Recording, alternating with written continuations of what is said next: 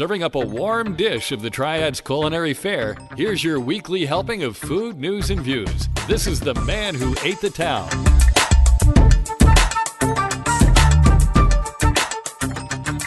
Hey folks, and welcome to episode 134 of The Man Who Ate the Town podcast. This is for the week of November 18th through the 24th, 2019. My name is Tim Beeman. My name's Ray Morgan. And we are opening the recipe box. That sounds exactly It's like kind of closing. a weird sound for an open. Yeah. It almost sounds like you closed it. Well, it's more like one of those clapperboard things, you know? Yeah.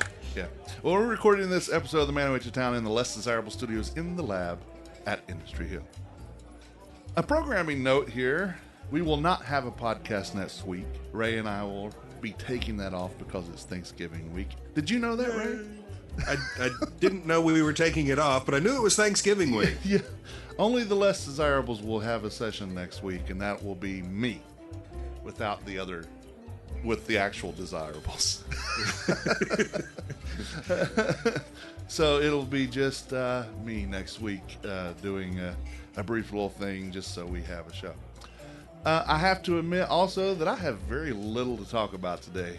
The 237 Fifth is up and running, and you can read Street team member Steven's review on the Man Who Ate the Town website.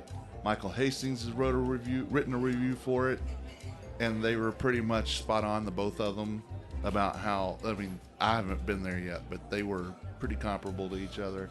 Viva Chicken is up and running. Steve and I will make a run for that after the holiday.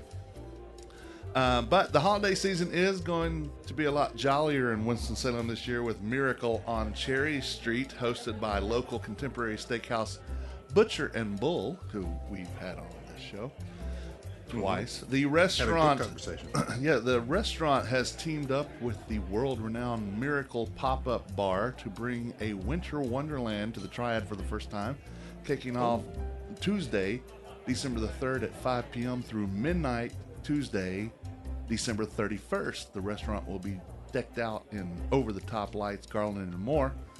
Alongside holiday decor, Butcher and Bull will be featuring a festive menu of signature cocktails like the Snowball Old Fashioned with butterscotch rye and an ice dome, and holiday-inspired small plates and entrees such as the North Pole Steakhouse Classic Bistro Steak and Frites.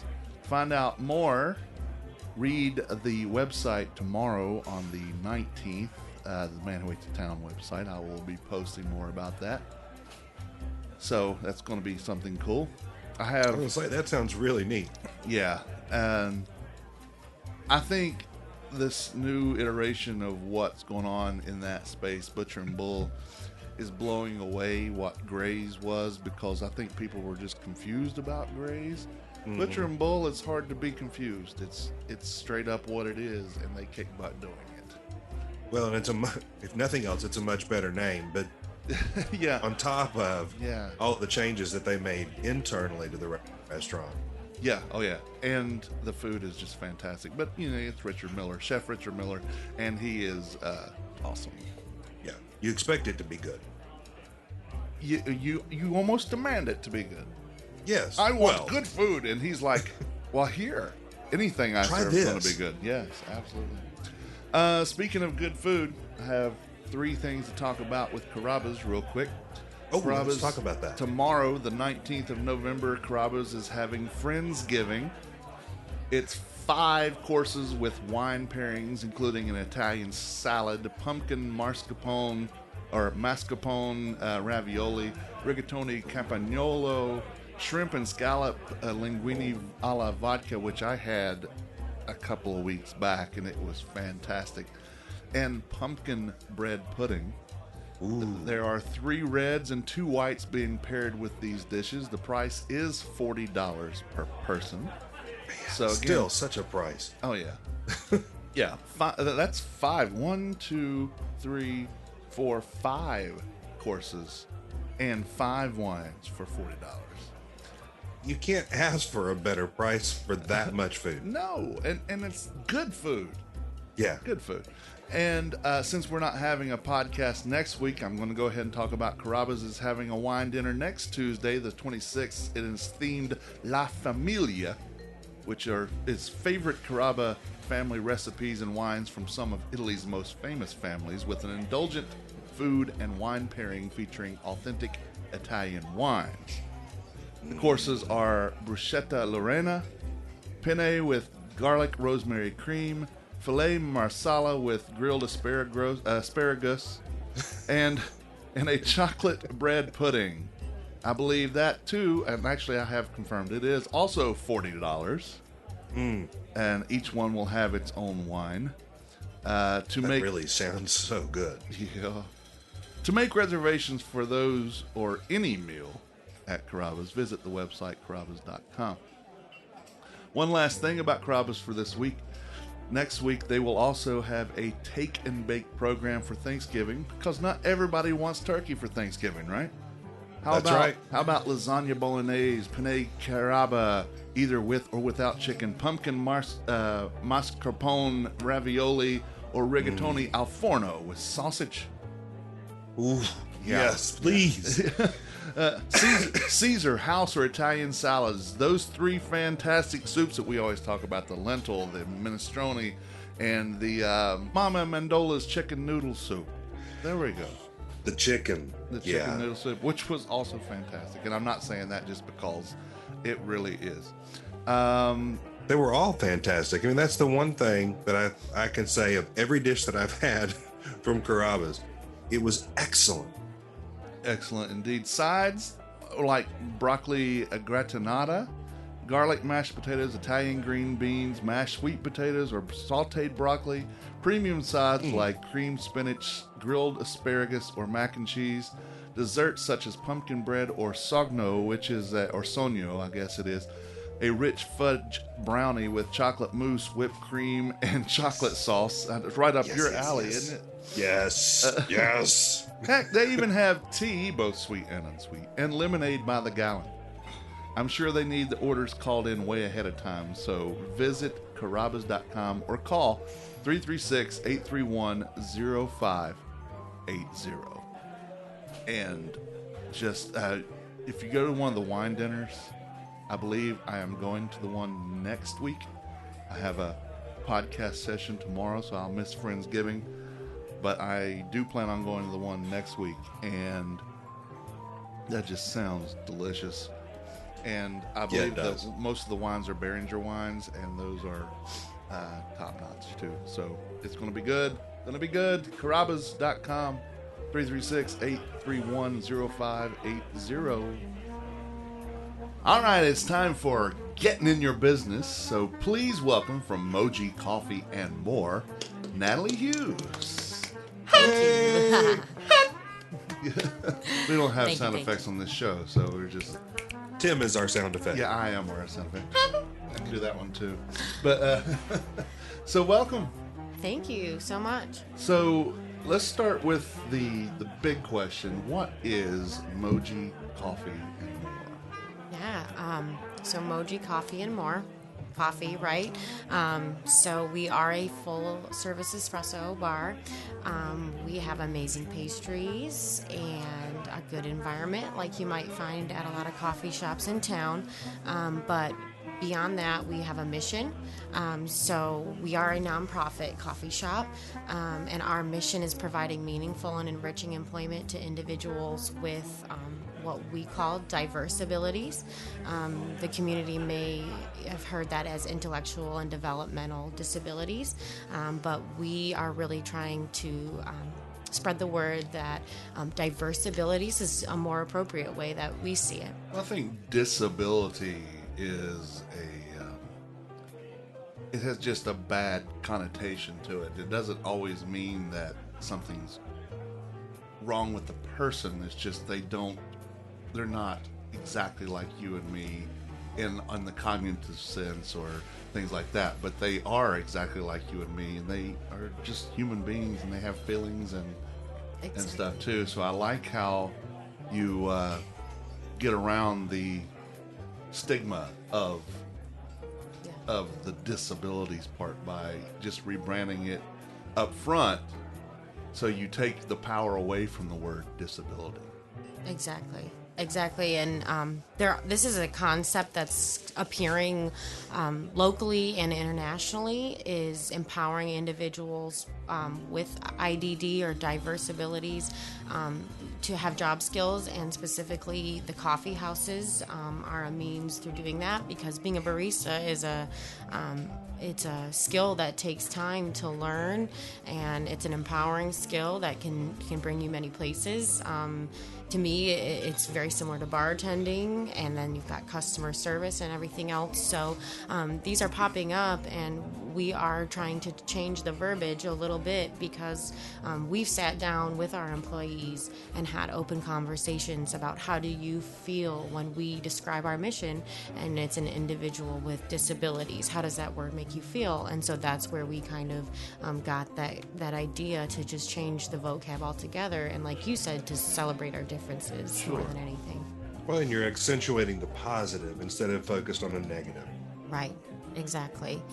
Because by no means do any of our employees come with very positive attributes that I'm refreshed and lucky to have them as employees, because some of the skills that they demonstrate to me are always being on time for work and being excited about their work and authentic in their interactions with customers and each other. And so they are a very strong team. So, yeah. I will say, in my experience, anybody that I've talked to that has had a chance to work with this community will describe themselves as being blessed by those interactions and those relationships. It may take a little bit more on our part to be in relationship with them, but everyone describes the rewards as being far beyond what they had to put into it. Right, exactly. And the way that I would describe my personal experience, and I think some of our supervisors and people who have been with us on this project would all say the same thing, in that, we claim to be serving or to be providing a service or employment rather for these individuals, but really I think we're taking so much more out of it. Yeah. So you said it just right. Awesome. How about you? Do you like his horns there? Yeah, I was looking at that. Perfectly placed. I look over there. Every time I look up at him, I'm like, oh, okay. Right. Especially right above us, like peering down. Yeah. That way. There we go. Now we just see Dan Marino in the back. So Actually, that's Bob Greasy, but okay. Yeah. So one mundane Miami Dolphins quarterback for another one. I'm joking. Part of the undefeated team, was it 1972? Yes, actually. The number one, according to the NFL Network, the number one football team in history as far as NFL goes. That's ever had a perfect season. That's right. Patriots come close, but they were 18-0. Yeah. No. I'm a Lions fan, so I have no place in this conversation whatsoever. Yeah. You guys were so close yesterday, too. So I know what you do on Thanksgiving. Right. Yeah. Exactly. Yeah. Watch the game and take a nap, like right. everyone else. Yeah. So tell us the concept of Moji and More we've talked about. When did it start? How did it start? So Moji Coffee, the concept itself was brought here to Winston-Salem by a board, well, what is now a board. It started as just individuals who had actually visited a similar shop called Biddy and Bowes in Wilmington. And kind of saw what they were doing there, were amazed, and said, I have to have that in Winston-Salem. And some of those individuals have children themselves who are on the autism spectrum or have been in the line of work serving the population. And they got together and just started going on the project and, definitely put in the work to get the funding and lock down our school building, or our building, which is the school building, and then kind of went from there. So really the concept itself came from Biddy and Bose as an inspiration. And our executive director, Tim Flavin, this was really his dream. And he's done a wonderful job putting everyone into place and getting it rolling. So when did that happen? I know they opened, sure. But when did he bring everyone together to start this? Sure. I don't know the exact dates on the timeline, but I know it's been about at this point, about 3 years in the making. I think about 2 years before we opened is really when we started going. The school building was ours as of a year ago. So, and then I was hired in April, and then we opened in June. So it takes time, It definitely took the time to get the support of the community, but I think that's the best thing we did because we have so many amazing people in our community who've been part of us getting open and launched and who remain our community partners to help us keep going. And in addition to the community partners, the community itself is part of the board. Right. I think one that you mentioned was Philip Kirby.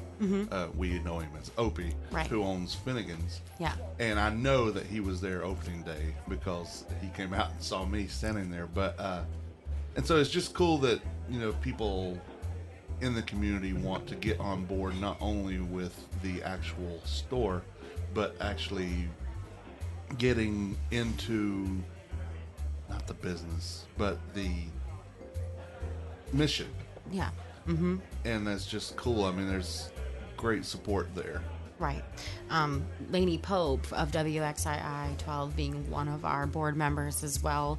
Our board members all have something so positive to contribute, and Lainey's addition has been certainly wonderful. She's been so proactive at being about our events, and I'm just really, she's out there in the field telling everybody, hey, this is what we're doing. She's stopping people walking by our events and letting them know from her heart what we're all about, and that's meant a lot to us for sure. So where do you see Moji go? Because it's not just coffee. There's other things happening, and you have a partnership with a couple of places, right? Yes. So you want to talk about those? Sure. Some of our partnerships are amazing items that we offer, like our food. For example, all of our muffins come from a culinary cooking class at Providence Kitchen, and that cooking class is for individuals with differing abilities. And they're amazing. You would never know they were made at a volunteer class, but they are, and they're wonderful. So we try to partner, for example, Lowe's Foods. They do our sandwiches, and they hire individuals with differing abilities as well. So part of our partnership with anybody we work with is asking them to consider, if they don't already, doing what we do and just giving that chance to individuals who deserve it. The community has been so supportive. Another partnership we're doing right now is with Swipe By. If you haven't heard of Swipe By, it's a mobile curbside ordering app that's It's homegrown too. exactly Made by Wake Forest graduates. and it's really growing. You've probably seen it popping up all around town. Jeffrey Adams has it. Quanta Basta is one. Willows. Quite a few places, and so now Moji Coffee is on there, and we are the only coffee shop, and the only coffee shop that will deliver right to your curbside, Nice. right to your car rather. Beyond that, they've actually launched a fundraiser for us. So using a special code, you can actually order from any of these places that are on Swipe By, and not only will you get $1 off of your order, but we will also be donated $1 into a 3-month-long fundraiser, and then the funds will be donated to us at the end. So we're really excited about that. It's Swipe By's first ever fundraiser, and so we're honored to be the first beneficiary of that. That code, by the way, I was is gonna say- A8A25. Remember. So for the listeners who Write it down. Yeah. Go to Swipe By, get the app, sign up, do all your things. And whenever and that goes for everything, right? Anything. It's not just for Moji Coffee. Right. Right. So A8A25 will get you $1 off on all Swipe My orders. And $1 goes to Moji for that. Exactly. Yeah, that's awesome. Yeah. Can't ask And- for and- better than that. No, and you can use it up to 100 times. So, and the other thing is Swipe By has no fees. So if you want to take out from any of these restaurants, you might as well use Swipe By because you're going to save $1 and then you're going to donate us $1, and you pay no additional fees. So you might as well just go through the app instead of calling or waiting or whatever. It's easier and it helps us out. So, yeah.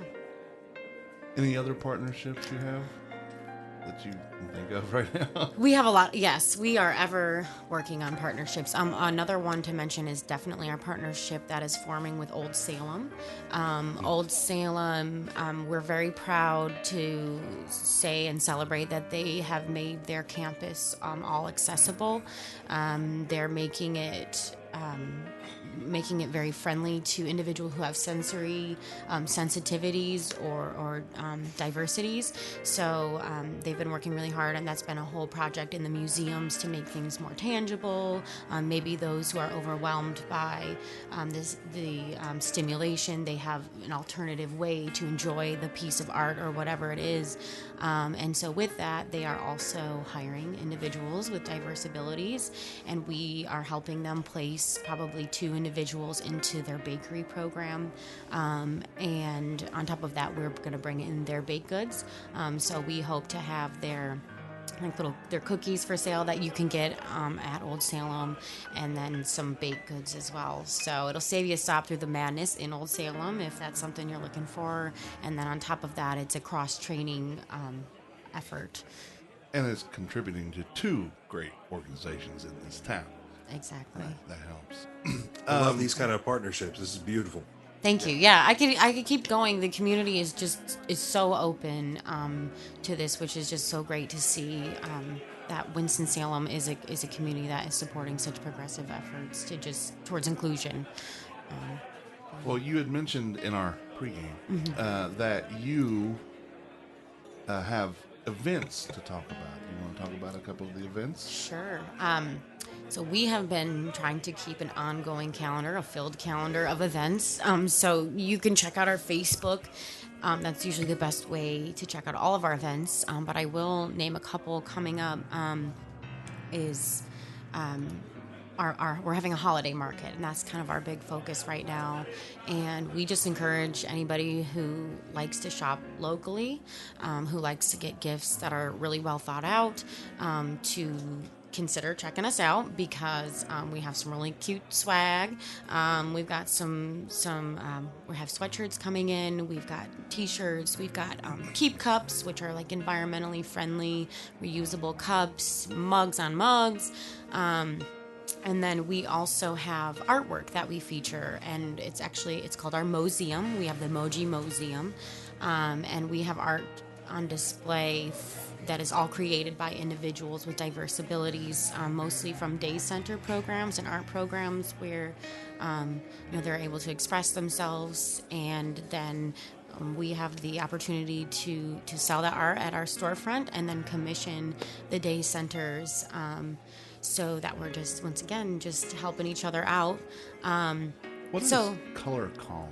Color Calm, yeah. So Color Calm is really cool because it was actually brought to us by an individual in the community who just stopped by, and she stopped by at our last craft night and just said, hey, can I do this here? And we said, sure, why not? And put it on the calendar, and it did so well that we have another one coming up.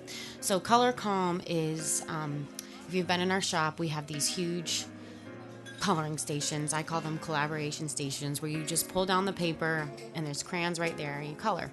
And so we've seen a lot of the population, or a lot of the public, will just come in. Maybe they're waiting for their drink or waiting for a friend, and they just start coloring. And the next thing you know, you're like, wow, I took 10 minutes where I wasn't working or thinking or on the phone, and I just sat here and colored. And so this individual, Miss Jessica, she loves to color, and that's something, colored pencils are one of her special interests. And so she is leading this Color Calm. It's basically just a time to come in and color with some calm music and some friends. We did get a little chatty last time, but the goal is just to let go for a little while, and put some pencils on paper. You weren't necessarily stressing about things. I mean, that's the cool Right. part, right? Exactly. Exactly. Being I know, creative. yeah. Right. And I know we've heard you, Ray, and I have heard about this the last little bit. Our friend Susan with Cup of Love Teas is going to launch there because there's love in every cuppa. Yep. Yes, there is. There is love in every cuppa, and she's done a wonderful job, especially supporting the community, the IDD community, through her teas. All her teas are handcrafted, and we are featuring them. We're having a launch party November 24th from 3 to 5 p.m. And so we hope you can come on by. There's going to be live music. We're going to do some giveaways. If you sign up with us, we'll enter you for a Cup of Love Moji basket. And it should be fun. It should be a good time for sure. I love that it's just constant local, helping local, supporting local. Yeah. I love this. Yeah. And it just happens so organically. It really does. I'm curious, where did the name Moji come from? Sure. So some of the coffee shops we've seen have kind of like a play on the coffee and empowering individuals' diverse abilities. For us, that just didn't fit. It was, that it was kind of forced, and so I think that idea of expressing yourself through bright colors and just simple pictures worked. And so Moji is that. It's a picture that represents emotion. And so Moji, if you see in our store, we have like giant icons of like happy face and a coffee cup. And so that's kind of what we focus on. And it actually has a definition. So it's sort of a made up word, but the definition put to it is the jolt of joy you get when you make somebody happy. That's awesome. Yeah. So That is awesome. That's kind of what Moji was built on. If we didn't have anything written down, we had that. And so we went from there. We're going to make each other happy. We're going to make our customers happy. They're going to make us happy. So that's what it is. It's Emoji. Yep. Awesome. Well, tell us about Natalie. Sure. So, what's your story?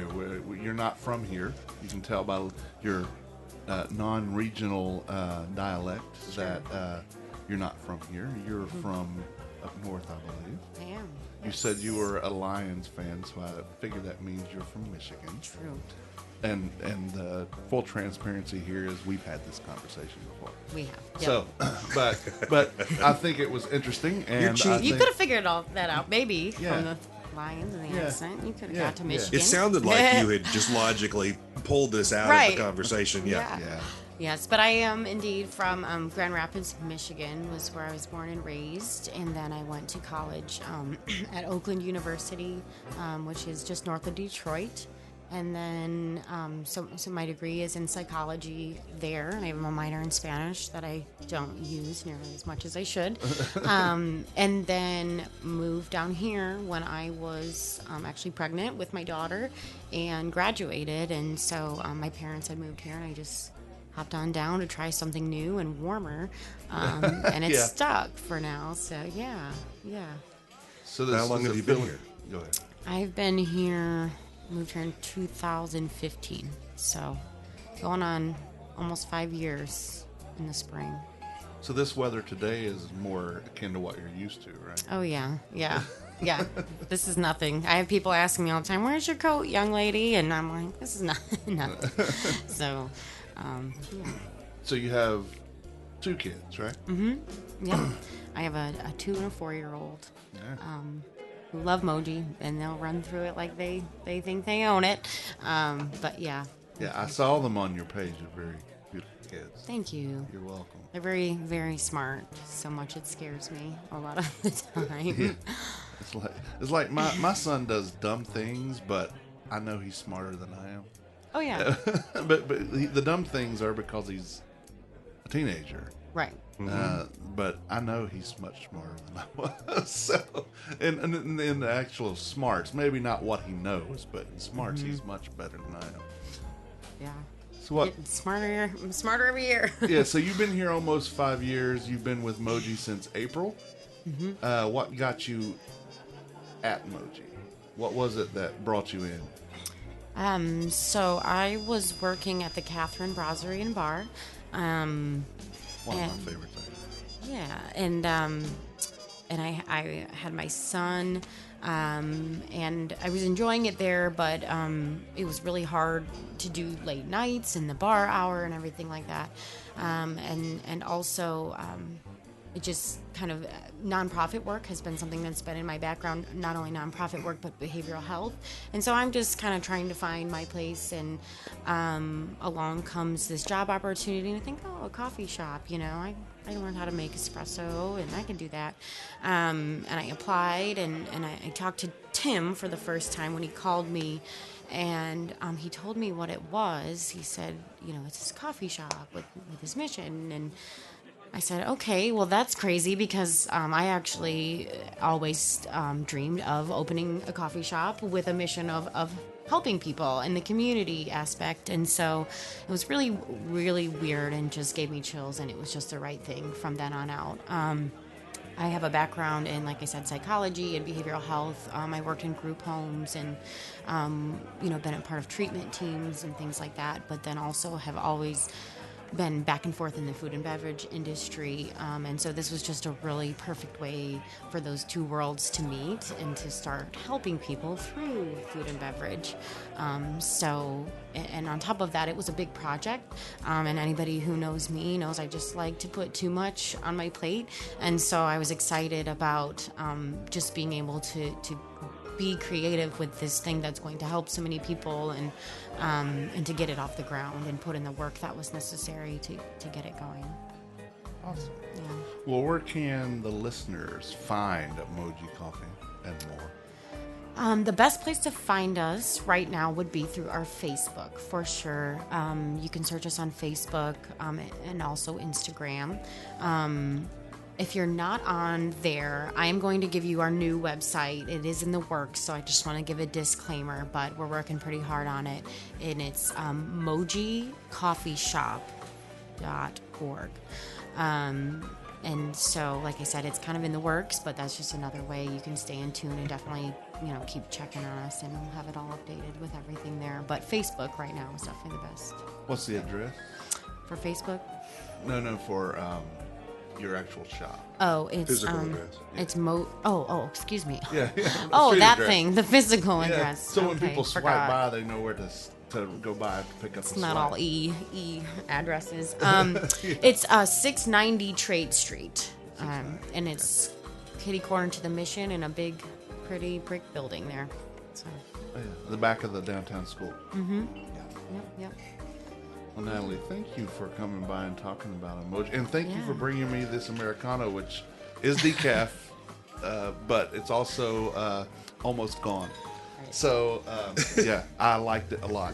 Good. Good. So, thank you Cool. so very much. Of course, thank you. It was an honor. Thank you again to Natalie Hughes from Moji Coffee and More. They are doing wonderful things over there. I guess, Ray, you would say they're doing God's work. Yes, actually. When we are operating out of love, we are doing God's work. So, yeah, I'm really impressed, not just with their partnerships that they're building in the community, but just this whole mission and their whole heart that they're bringing into this. It's a beautiful thing. And I really think that's the kind of attitude that we need to see all businesses adopting. Yep. Support the communities that support you Exactly. and the communities that don't support you. Yeah. Just be supportive of the people around you. I quote one more time one of my favorite lines from any movie, and it works in real life. Bill and Ted Bill and says, Ted, yep. be excellent to each other. Damn it. It's a great way to sum up a very deep truth. Yeah, absolutely. All right, and it's time for some food holidays. Today is the 18th of November. It is National Apple Cider Day. Ooh, I love me some apple cider. I know you do. I'm not, again, I like hard cider, and I like it cold. I don't like hot cider. I don't like drinks hot anyway. When Natalie I brought like a me, hot cider. When Natalie brought me that Americano, it was iced because I had that conversation with her last week or 2 weeks Did ago. Did I ever tell you my story about apple cider? No. When I had a birthday as a child, I was like 12. You may We were have, up in- but tell us anyway. We were having a picnic up in the Smokies. That's what I wanted for my birthday. I wanted to go up into the national park and just play for the day, and we were going to have this big picnic, and my grandmother was supposed to bring the apple cider. We'd been there and we'd been playing, and I was thirsty. So she shows up with that gallon of apple cider, and I'm like, I am so ready for a drink. I poured me a big old glass and chugged it down and immediately spat it out. It was apple cider Vinegar. a whole gallon of apple cider vinegar. Oh. She didn't read the label close enough. She just got the biggest jug. I mean, my grandmother's been gone since 1991. We still make fun of her for that. Well, I love apple cider vinegar, but I can see where drinking it like that would suck. It was a shock. Yeah. It was a shock to the system. Yes, it was. Today is also National Vichyssoise Day, which is just fun to say. Cold potato soup? Huh? Cold potato soup? Yeah, well, it is. Yeah, it's a thick soup made of boiled and pureed leeks, onions, potatoes, cream, and chicken stock. It is traditionally served cold, but it can be eaten hot. But it's just I took some French in high school, and their teacher brought in some vichyssoise. Vichyssoise. Or Yeah. it's Vichyssoise, because it ends with an E. You're right. It is kind of a fun word to say. Yeah, Vichyssoise. On the 18th in 1307, the legendary William Tell supposedly shot an apple from his son's head. I don't remember what the story was behind that or why. He was trying to make apple cider. Okay, yeah, it's National Cider Day eventually. In 1883, on the 18th, North American Railroad switched to a new Standard Railway Time, SRT, resulting in the creation of 4 standard time zones. Adopted were Eastern Standard Time, Central Daylight Time, Mountain Standard Time, and Pacific Daylight Time. I don't know why Eastern and Mountain are Standard and Central and Pacific are Daylight. And now we're all, because of the thing we mentioned 2 weeks ago, that we are back on. There's 11 time zones or 18 time zones, 11 in Russia alone. There's 18 time zones. Yeah. On this day in 1928, so this is the 91st birthday of Steamboat Willie. Wow, the first Disney. The first Mickey Mouse cartoon, who originally was named, do you remember? I told you last year. Do you remember his original name? I don't remember, but you can tell me again. It was Mortimer. Mortimer. Mouse. Yeah. Mortimer Mouse. Yeah. Lillian, his wife, says, no kid's going to want to see that. Let's name it something fun. So Mickey it was. Yes. And what an excellent choice. Yes. Yes. I believe she's right. Mortimer Mouse would not have the same panache. Yeah, no. Because before, Mickey Mouse was Oswald the Rabbit. And they had lost the rights to that for a while. And they got them back in the mid-90s, I think it was. So, yeah. And with that, because what Walt always liked to say was, all this and that and that and this, but just remember, it all started with a mouse. And without that, in 1928, when he was 28, because he was born in 1900, or maybe 1901, so he was very young when he created this. So, yeah. In 1952, on this date, Borden Company registered Elmer's Glue trademark. Elmer the Bull is the spouse of Elsie the Cow, the corporate symbol of Borden's. I did not know they were related. Yeah. Spouses, no less. On this date in 1963, the first telephone in the United States with push buttons or touch tone instead of a rotary dial was placed into commercial service in Carnegie, It's not Carnegie, it's Carnegie and Greensburg, Pennsylvania. Yep. Yeah, get that right, because they really don't like it when you come in with the wrong pronunciation. Yeah, it's Carnegie Hall, Yes, but it it's is correct. Carnegie, the Carnegie Foundation, and Yes. Carnegie, Pennsylvania. In 1966, on this day, American Roman Catholics are no longer required to abstain from eating meat on Fridays. And there was much rejoicing. Yes, and much. Then they ate Robin's minstrel. What is Sorry. that? Monty Python reference. Oh, okay. In 1970, Linus Pauling declares that large doses of vitamin C will keep the common cold at bay. So, And it sort of is true. more on 1970 in a minute. On the 19th, it's World Toilet Day, apparently, according to the United Nations.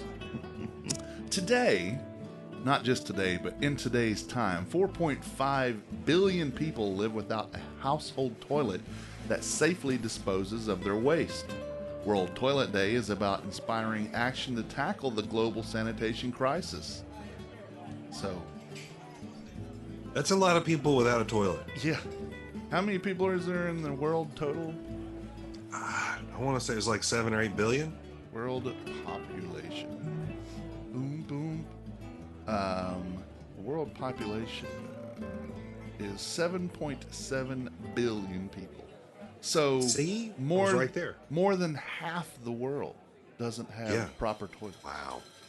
Whoa. And we can't Whoa. even picture life without it. Yeah. Yeah, no. I spent time in Costa Rica in 2013, and they had toilets, but you weren't allowed to flush anything other than human waste in that. So if you wiped your behind with the toilet paper, it had to go into a waste basket. And I was sharing a house with 7 other people. So that kind of got, we took turns taking the trash to the road every day. I was going to say, that's not something you want to leave behind. for No, long. it's not. The 19th is also National Carbonated Beverage with Caffeine Day. Let's call it Coke. Yeah, let's be somewhat specific. Yeah. Or Red Bull or Pepsi. Yeah, because it really doesn't matter whether it's diet or not. It's just got caffeine. Yeah. In 1493, on the 19th, Christopher Columbus discovered, quote unquote, the island of Puerto Rico on his second voyage to the New World. The island was populated by as many as 50,000 Taino or Arawak Indians. He originally named the island San Juan Bautista for St. John the Baptist. Yet, people were already living there. Okay. 50,000 people. So yeah, he discovered it. Yeah. I'm so glad. I claim this for Spain. Do you have a flag? Okay. The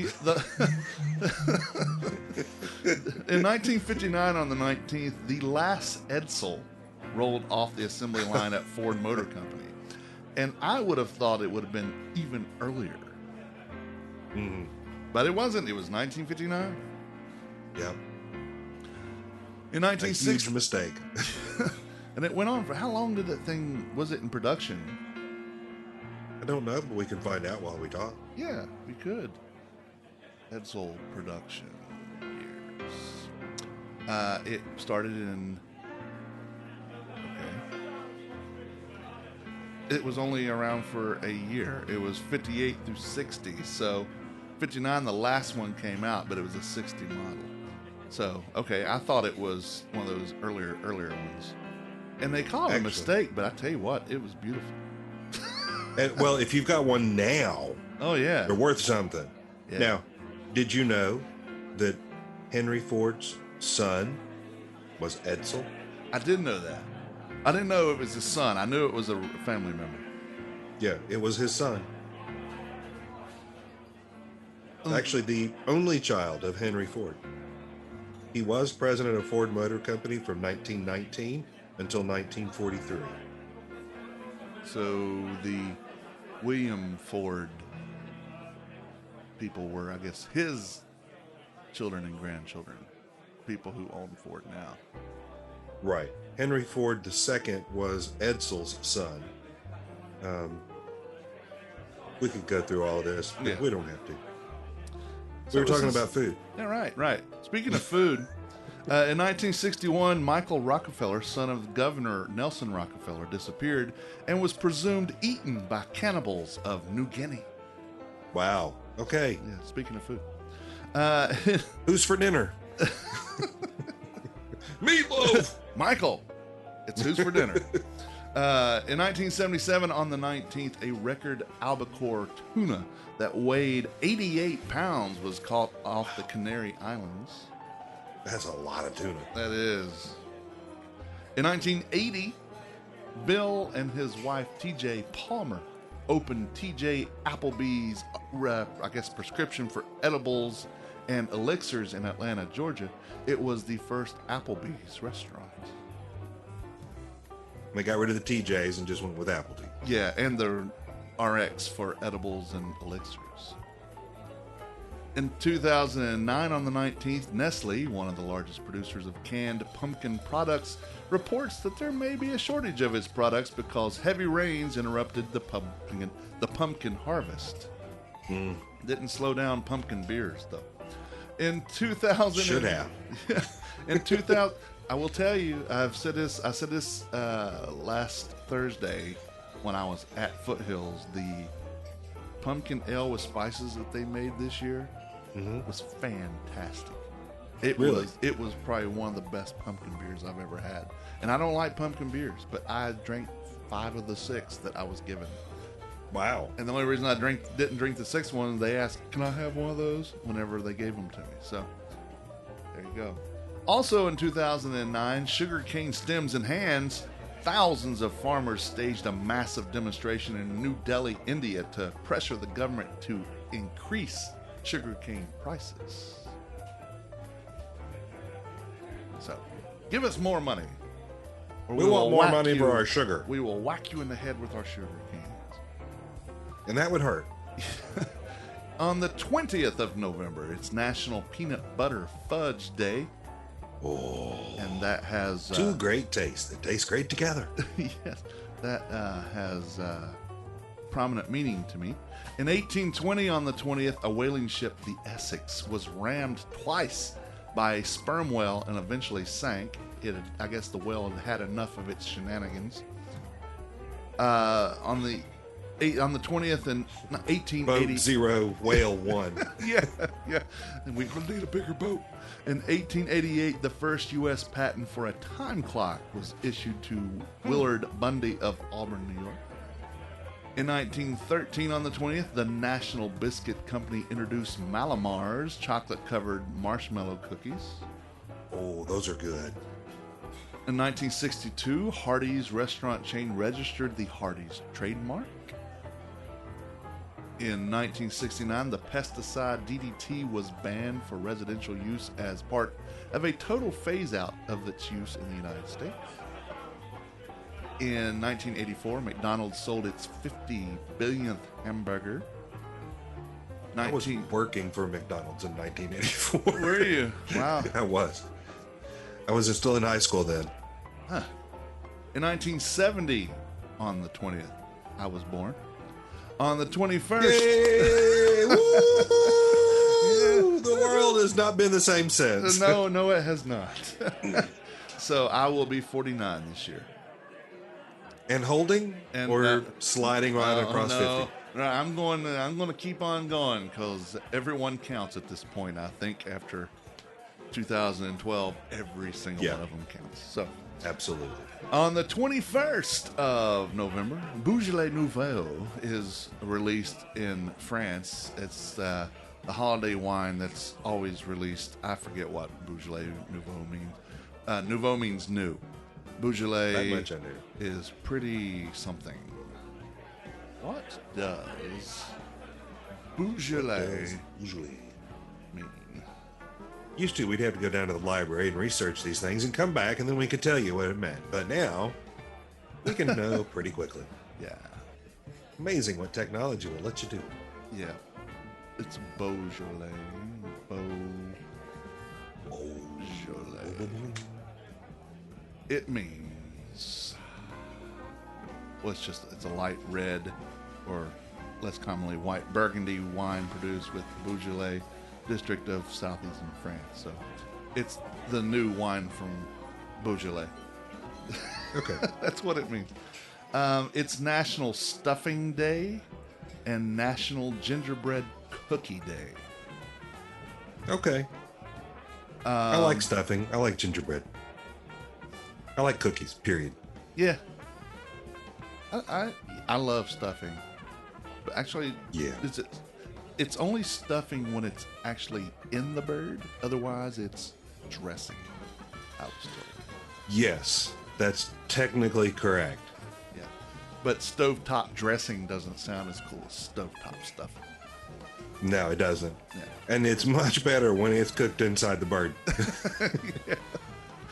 In 1783, in Paris, Jean-François Pilatre de Rosières and Marquis Francois Laurent de Rondes made the first free, meaning untethered, ascent in a balloon flying from the center of Paris to the suburbs about 5.5 miles in 25 minutes, reaching an altitude of about 300 feet. So they the buildings weren't that tall in 1783. No. On the 21st in 1934, Ritz crackers were introduced by the National Biscuit Company. Or Button on the red. Yeah. That was Taco. Actually, it was way before Taco, but Taco made it a hit again. In 1941, King Biscuit Time radio show was first broadcast from Helena, Arkansas. It is the longest running daily radio program in history, broadcasting live blues, music, interviews, and so on. I don't know if it's still going on. It is named for its sponsor, the King Biscuit Flour. Now, the King Biscuit Flour Hour, spelled Flower, a rock and roll program began and took its name from King Biscuit Time. But it was more of a rock and roll show than More than blues. blues. Yeah, I remember listening to King Biscuit Flour Hour, live broadcasts of concerts and stuff growing up. Loved them. I never got to hear any of that. Then again, no one in our area carried it. So We had a station in Knoxville, Tennessee that would play more album-oriented rock. they call that AOR. Yeah, or what we now would just call classic rock. Yeah. And so they would play stuff like that, and you'd stay up and have your little boombox cassette deck going, record that so you could listen to it later. Yep. I didn't do that with that, obviously, but I did it with a lot of radio programs that I did have access to. Yeah. On the 21st in 1980, early in the morning, the deadliest fire in Nevada's history broke out in the deli restaurant on the main floor of the MGM Grand Hotel and Casino, taking the lives of 87 people and leaving some 650 others injured. Back in 1980, it seems like I would remember that better. I do not. Well, I mean, you were still a kid. I was 10 years and 1 day old at that point. Yeah. And we didn't have a 24-hour news cycle that we have today. No, in we 1980. didn't. No, we didn't. You're right. On the 22nd, it's my brother's birthday. He also will be 49. Oddly, how that works. Odd how that works. It's also National Cranberry Relish Day. So I was looking on Facebook today, and a friend of mine who's a food blogger in this town had a picture of the canned cranberry sauce that was in a plate. Yeah. That had the shape, that kept the shape and stuff. She says, if this is not on the table, it's not Thanksgiving. And there was a big debate.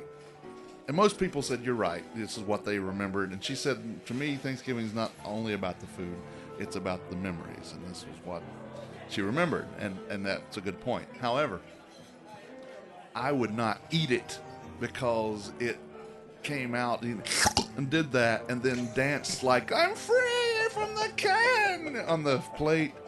and it just Yeah. looked gross to me.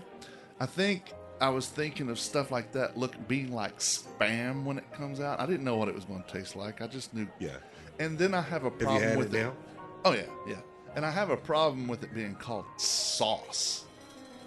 It's not sauce. It's more like cranberry jelly or cranberry jello even. Jello, closer, I think. Yeah. But because I've had homemade cranberry actual sauce, and I liked it, but it wasn't. This was great. sauce when they put it in the can. Yeah, well, that's true. And I have since tried it, and I thought it was pretty good. Although it's not something that I go for now. Right. I think my mom even still opens a can of it, and puts it on a serving dish with its own little knife. And people, I guess, do have it, but I don't. It's not that I'm against it.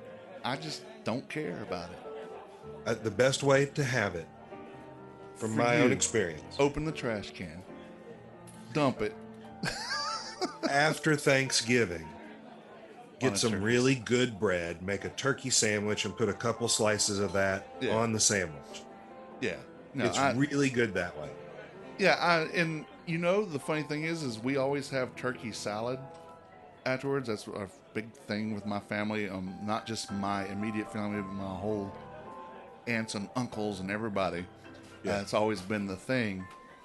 And I have never had it on a turkey salad sandwich. I wonder if it would be good on the turkey salad. Probably. I mean, it's the same thing. I mean, it's just turkey and mayonnaise, and if you put mayonnaise It on your should. turkey salad, yeah, why not? I mean, I I do mean, put on your mayonnaise turkey. on a turkey sandwich. Yeah. Some So, Swiss cheese, some turkey, yeah, a little mayo. yeah.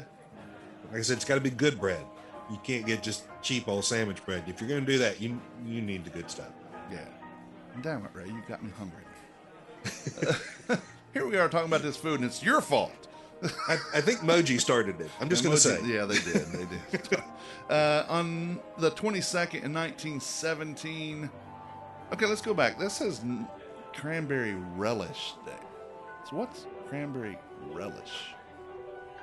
Is it the same thing? I don't know. Are you there? Cranberry relish? Yeah. You're going to have nuts and other fruits and cranberry, and I mean, it's chunky.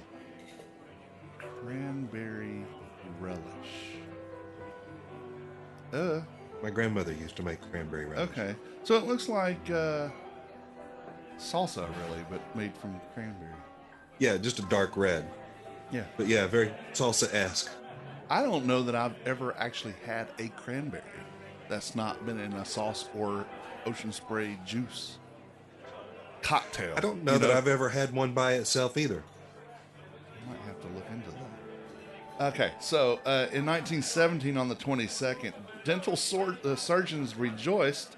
The National Hockey League was officially formed in Montreal, Canada. Goons would never be the same again.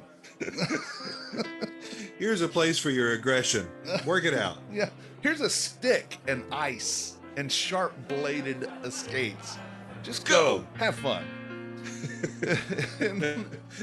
in 19 What's the worst that can happen? Yeah. And at that time, we won't wear masks or anything.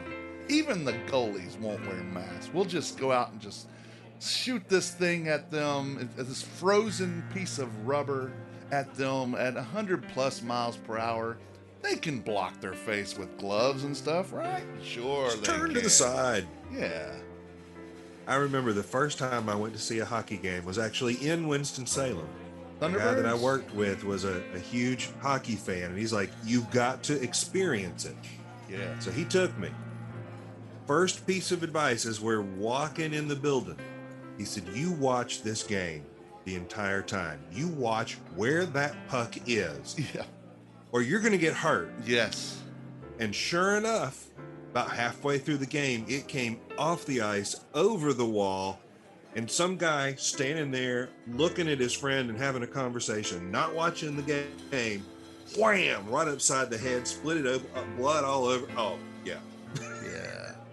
Little Ellen rubber. was like, "That's why you watch the game." Yeah. A little rubber pill regurgitation there. Man.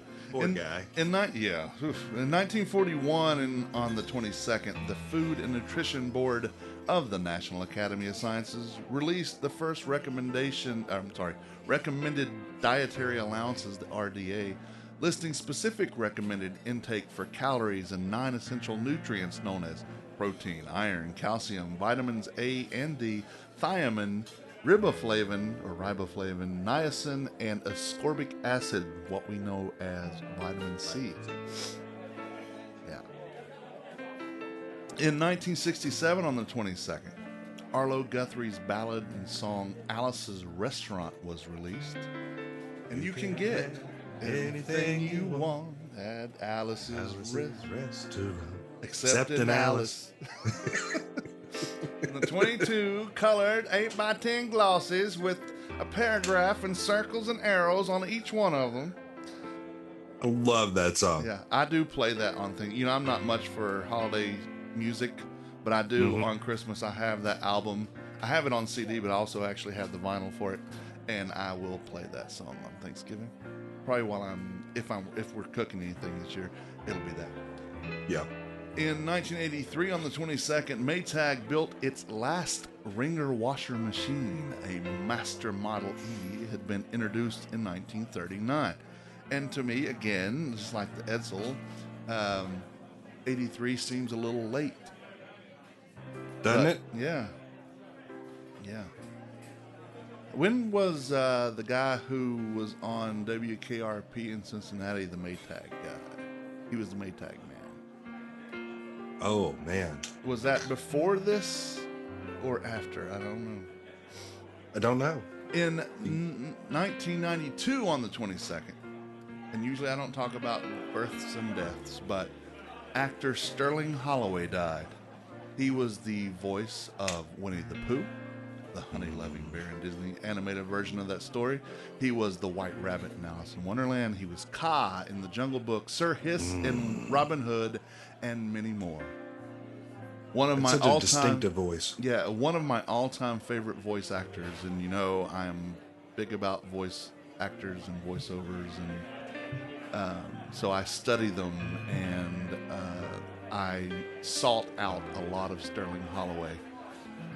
Cannot imitate his voice, and other than one or two people, like the guy who's doing Winnie the Pooh now, very few people can mimic that voice. Yeah. But And he did it so well. yeah. I mean, you look at some of those animated features that were, you know, as we were first really exploring that genre, and if any other voice had been Winnie the Pooh, would it have worked? Probably not. I don't think so. It's like, do you remember the cartoon Garfield?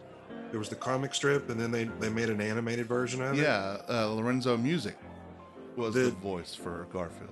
And it was just the wrong voice. I've never liked it, never felt like it matched at all. Yeah. But Pooh?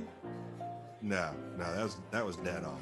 So Sterling Holloway was Pooh from 1965 to 1977. Hal Smith did it for 5 years, and the guy who does it now, since 1988 anyway, is Jim Cummings, and he sounds just like Sterling Holloway. And it's really cool. Actually, he's done it longer now Oh yeah, than the original. yeah. 21 years, Sterling. 31 years, 31 years. Yeah, yeah. Because, like I said, it was only 12 years for Sterling Holloway. Yeah, But he exactly. originated it, but he was also doing a lot of other things.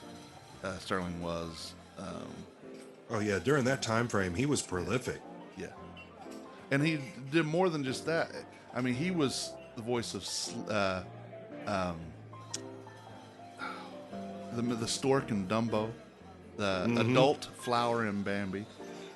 He did the penguin sequence in The Three Caballeros, the narrator of the Peter and the Wolf and sequence of Make Mine Music. He was the Cheshire Cat. He was the narrator in The Little House. He was Kaa, Aristocats. He was Roquefort. So, yeah, he did It's a like lot of everything stuff. that was coming out in that time frame, he had a hand in. Yeah, Yeah, and it was just one of Disney's. About the time, Disney would use, like Phil Harris, who did Baloo in the Jungle Book, also did one of the characters in Aristocats. He also did a couple. So they would have the same people come in and do all of it. It's like they have their stable of actors that they turn to on a routine basis. Yeah, and I wish they would do that now instead of just going and picking people's voices. And they kind of did that when when Pixar was doing Toy Story, but that was a sequel. On. So Right. of course you want the same people. They had to change a couple. Jim Varney died after the second one, so they couldn't. They had to manipulate. They actually used his voice, but they had to manipulate it from other things. Don Rickles was Potato Head. So, and I actually was Mr. Potato Head in a web version of Toy Story. Actually, it was Toy Story 2, but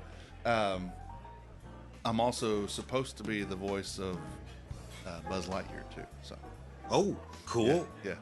To infinity and beyond. Beyond. You are a sad, miserable little man, and I pity you.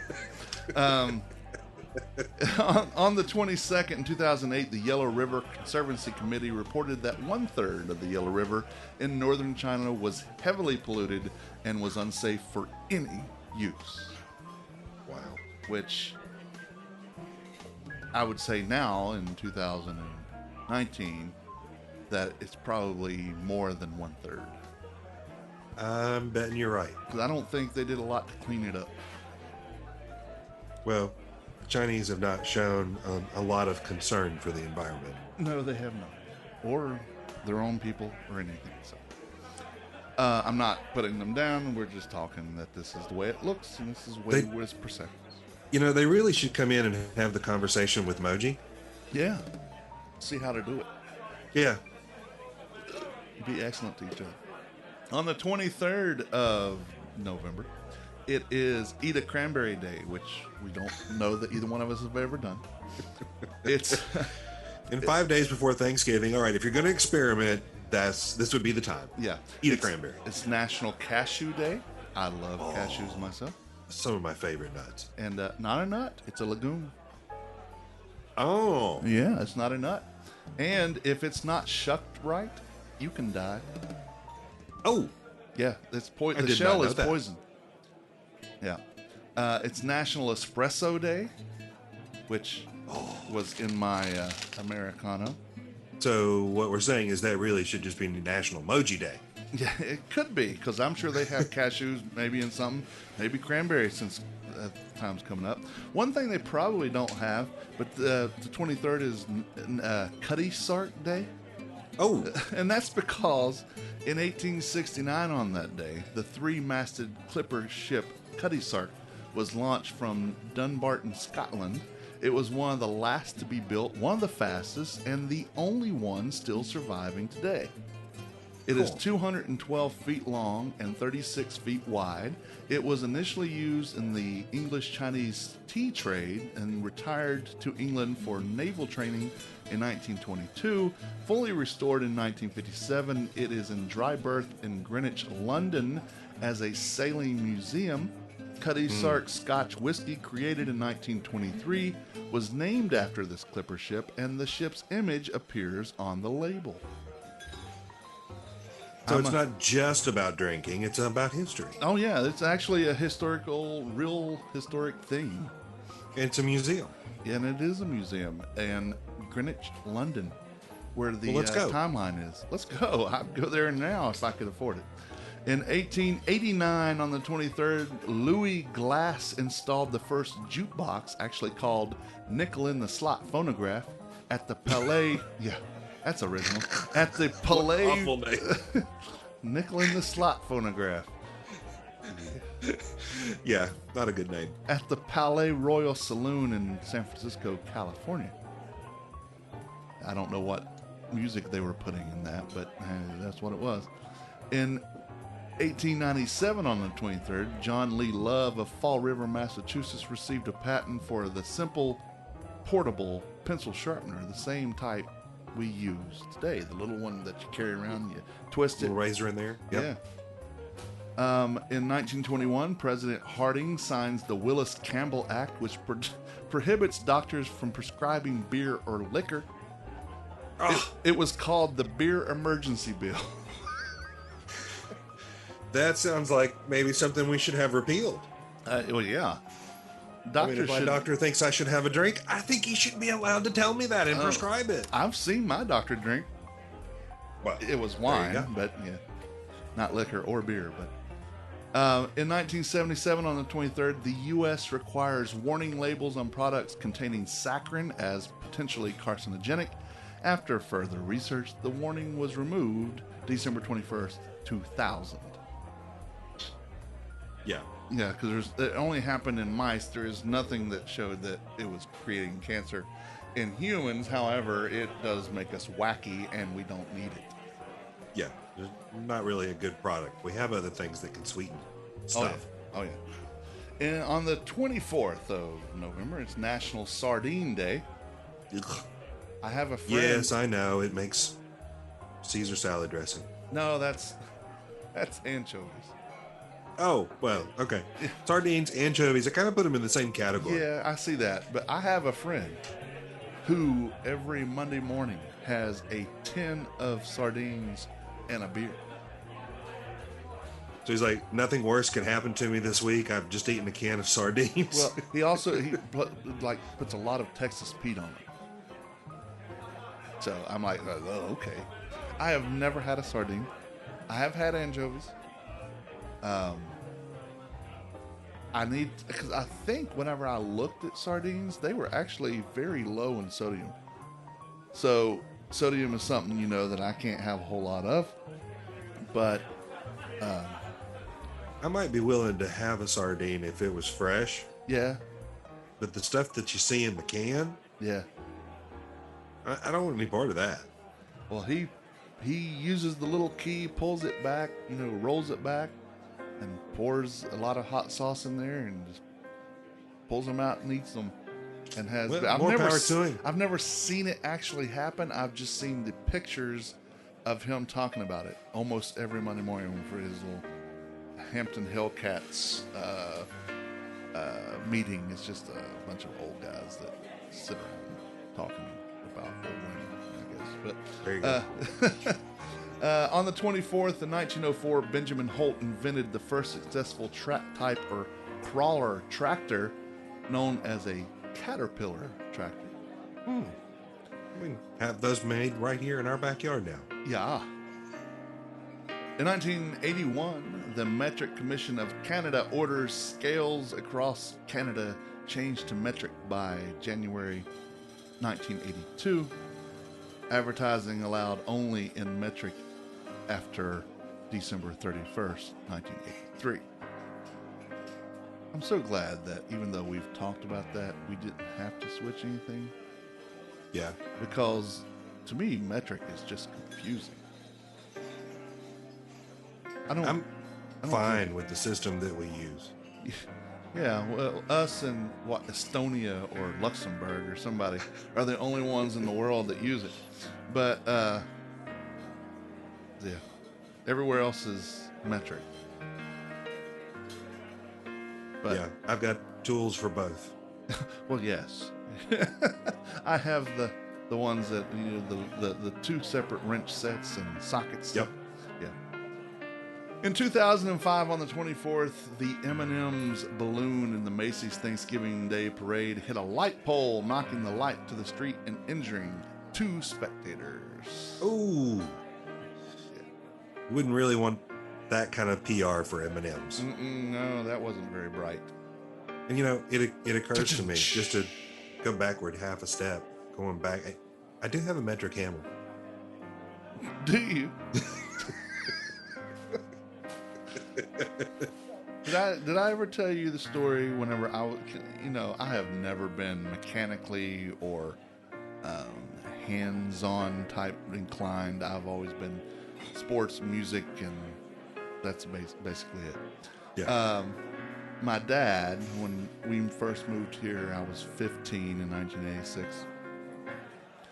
And he gave me my first job. And the job was we had buckets upon buckets upon buckets of 5-gallon buckets of loose bolts and nuts. So he had me separate them all out. So, and I didn't know anything about it, so I had this little gauge that I had to put stuff in. And one day he called back to me. We didn't have phones, so he was yelling back to me, "Bring me one of the right hand bolts." I said, "Okay." Because I was looking on top of the bolts and they all had L's on them. So those must be the left hand bolts. Well, after 20 minutes, I went in there and said, "Dad, I've looked, I don't see a right hand bolt anywhere." And they were all laughing. The L stands for Liberty Bolt Company. And there was none with right on there. They're all the same bolts. Yeah, bolt's a bolt. Doesn't matter whether it's a left or a right bolt. It's a bolt. Yeah. That's funny. Yeah, he got me on that. So. Yeah, I've been gotten a couple times like that. Actually, my stepfather has said of me, "Yes, Ray, you're mechanically inclined. You could screw anything up." Yeah, I'm mechanically Gosh, declined. I am more really mechanically declined. Yes, that's me. Well, that's all the food histories and holidays and all that we have this week. Special thanks to James Ehler at foodreference.com for making us chuckle, roll our eyes, and question sardines, people who eat sardines, cranberries, And metric hammers, left hand, right hand bolts, and yeah. Yeah, when I worked at McDonald's, we used to get we'd have a rookie in. Yeah, go back in there to the refrigerator and get us a bag of steam for the machine, would you? For the steamer out here. Yeah. They'd be back there for 20 minutes. They said there was this bag of steam in here somewhere. Gotta be in here. And you know, it's not that people are stupid. I mean, some of them are. But Some of them are. But for that, it's just that they didn't have any clue what, and you don't know the parlance of the job, you know. But it's still no less funny that they fell for it. So, the Man Who Hates Town podcast is part of the Less Desirables podcast network. Along with this podcast, you can listen to the Less Desirables, the Beer Dads, Fan Interference, Apartment 5B, Beeswax, Vinyl, and more, and quite possibly the return of Sipping NC, the Art of Drinking. You keep teasing us. I have a meeting with the two possible co-hosts with me first week in December, so we'll see how that goes. You can find all these podcasts and their latest episodes, and if you go to sippingnc.com, or even on this, go back far enough, you'll find the ones for Sipping NC before. On the network website and directory, tldpodnetwork.com, you'll find social media links for each right there as well. And you will find your life enriched by having listened to the TLD Podcast Network. Indeed you will. Thank you for that. You're welcome. We would greatly appreciate if you visit our sponsors like Washington Perk and Provision Company. The Perk is located at 301 West 4th Street. You'll find a little bit of everything at the Perk. Local fruits, veggies, meats, dairies from local sources, bingo bango sodas made right here in Winston-Salem, Wolfie's custard, and much, much more. I wonder if they have sardines. I bet you they do. They might.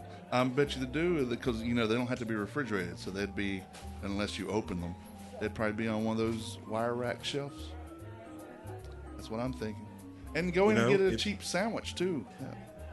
Great sandwiches. Yeah. Maybe it's part of your scavenger hunt for the week. See if you can find sardines at Washington Perk and Provision Company. Send us a picture. Yeah. Washington Perk is better than a convenience store, not quite a grocery store. On Facebook, they're Washington Perk, or at Washington Perk_DTWS on Instagram.